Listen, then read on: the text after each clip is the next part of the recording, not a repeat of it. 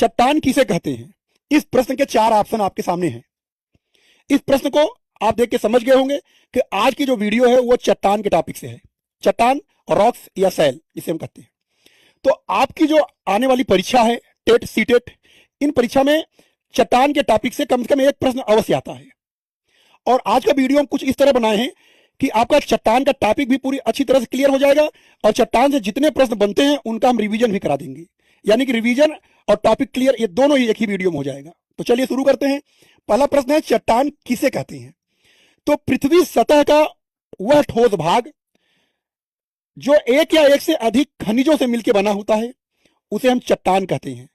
कभी आप मध्य प्रदेश वगैरह घूमने जाते हैं, देखते हैं नीचे पत्थर, सब बड़े बड़े पत्थर होते हैं, छोटे पत्थर, बड़े पत्थर, दूर तक एक एक शिलाएं मिलती हैं, उसे ही हम चट्टान कहते हैं।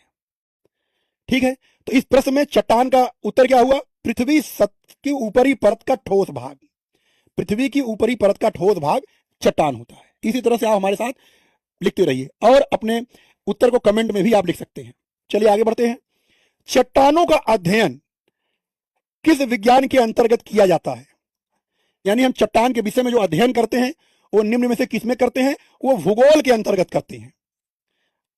सीधे सीधे सीधे इसका उत्तर, ज्यादा समय इसमें नहीं देना है। चट्टानों के अध्ययन भूगोल के अंतर्गत करते हैं। अगला प्रश्न, चट्टानों के मुख्य प्रकार कितने हैं? यहां आपको जानना है। चट्टान आप समझ गए। चट्टान कुल 3 प्रकार के होते हैं। कितने प्रकार के? 3। हम बता दे रहे हैं आपको। सबसे पहला बताइए, आग्नेय। नंबर 1 आग्नेय, नंबर 2 अवसादी और नंबर 3 होता है रूपांतरित। इनको अन्य नामों से भी जानते हैं। आग्नेय चट्टान के बारे में थोड़ी जानकारी। आग्नेय चट्टान मैग्मा या लावा के ठंडा होने से बनता है, जिसे हम लोग इग्नस भी अंग्रेजी में बोलते हैं, इग्नस रॉक्स। यानी मैग्मा या लावा के ठंडा होने पर आग्नेय चट्टान का निर्माण होता है। इससे जो है, जैसे ग्रेनाइट है, बेसाल्ट है, ये इन चट्टानों को आग्नेय कहते हैं।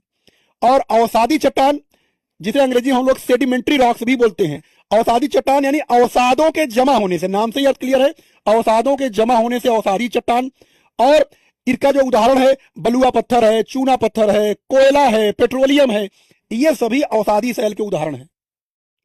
और रूपांतरित, एक समय बाद आग्नेय और अवसादी में जब परिवर्तन हो जाता है, इनकी काया बदल जाती है ताप और दाब के कारण, तो ऐसे को हम रूपांतरित बोलते हैं। जैसे संगमरमर है, स्लेट है, नाइस है, ये रूपांतरित के अंतर्गत आते हैं। आगे हम बीच में चर्चा करते रहेंगे, लेकिन थोड़ी थोड़ी चर्चा। आग्नेय चट्टान 3 प्रकार के, आग्नेय, अवसादी और रूपांतरित। आगे बढ़ते हैं। आग्नेय चट्टान का निर्माण कैसे होता है? यानी चट्टान 3 प्रकार का। नंबर 1 पे आग्नेय चट्टान। तो आग्नेय चट्टान का निर्माण कैसे होता